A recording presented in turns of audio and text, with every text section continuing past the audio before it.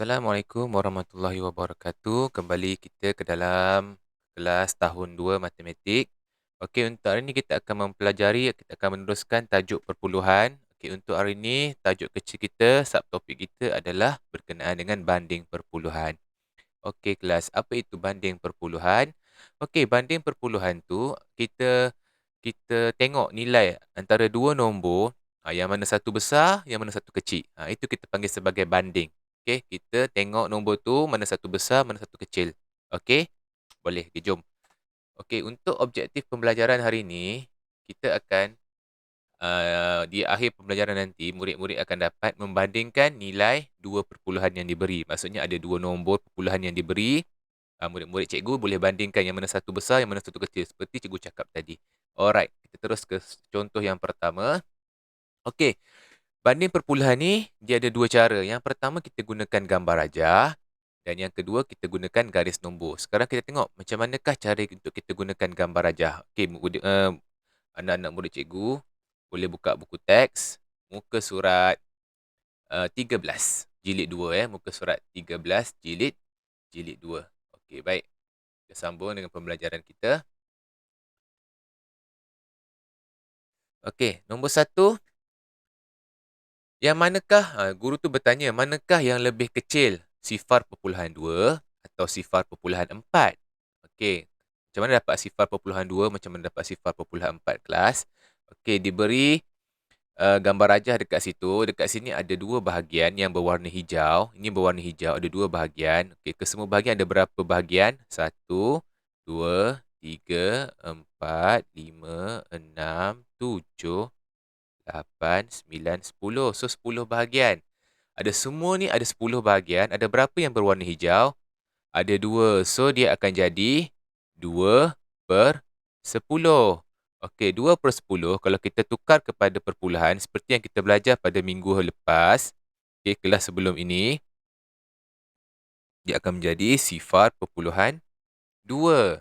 Okey, tengok pula warna kuning. Kita nak banding dua gambar rajah ni. Okey, yang mana lebih kecil, yang mana lebih besar.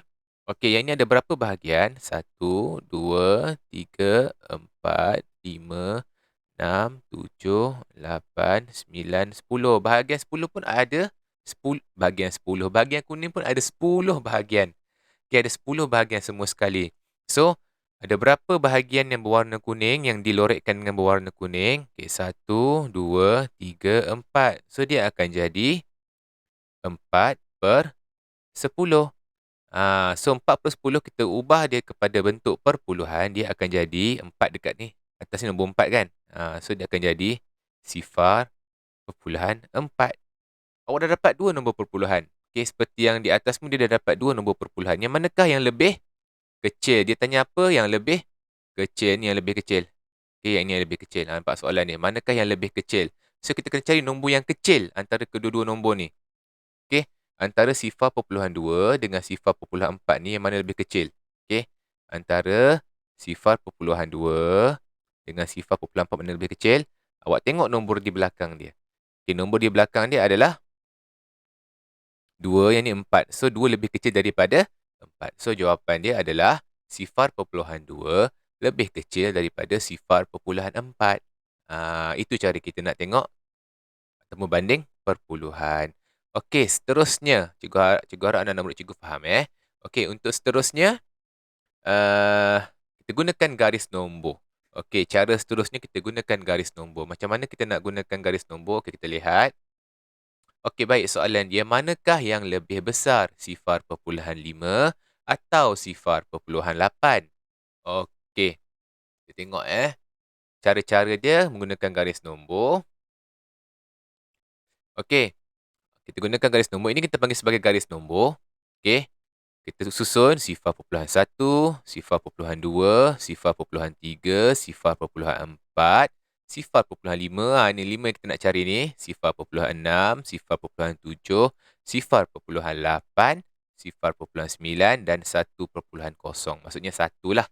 Okay, so, nombor yang ke kiri adalah semakin kecil. Nombor yang ke kanan adalah semakin besar.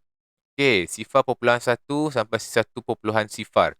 Okey, dia tanya, manakah yang lebih besar? Yang lebih besar, maksudnya yang lebih besar, dia nak nombor tu besar, banyaklah.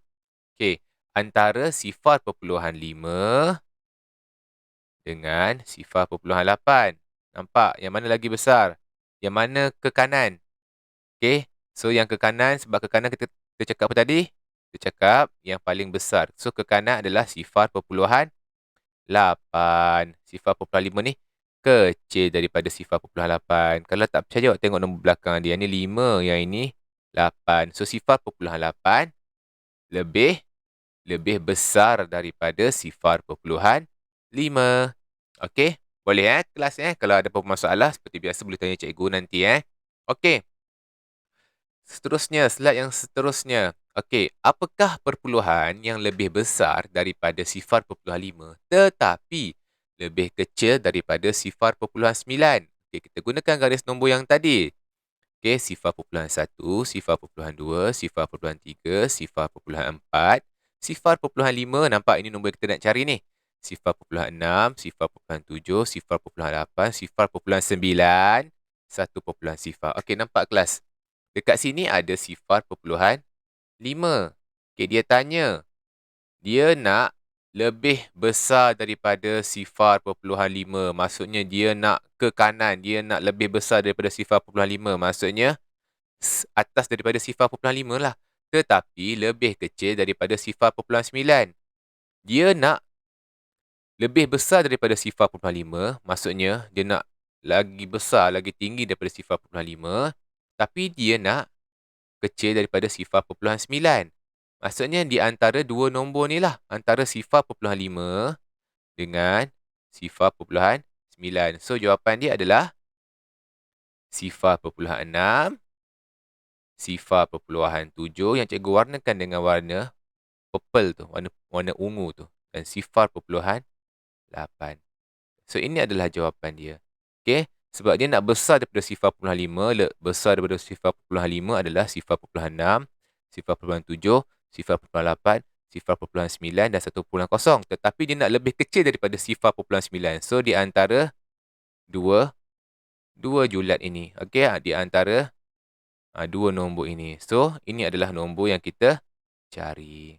Okey. Itu saja untuk pembelajaran hari ini. Cikgu harap video ini dapat membantu anda dan murid cikgu sedikit sebanyak untuk memahami cara untuk membanding perpuluhan. Okey. Jikalau awak ada apa-apa masalah, ada apa-apa kemusykilan, ada apa-apa pertanyaan, seperti biasa boleh tanya cikgu melalui media sosial yang sedia ada seperti WhatsApp ataupun awak boleh bertanya dalam Google Classroom. Okey, itu saja untuk pembelajaran hari ini. Sekian, terima kasih. Assalamualaikum warahmatullahi wabarakatuh.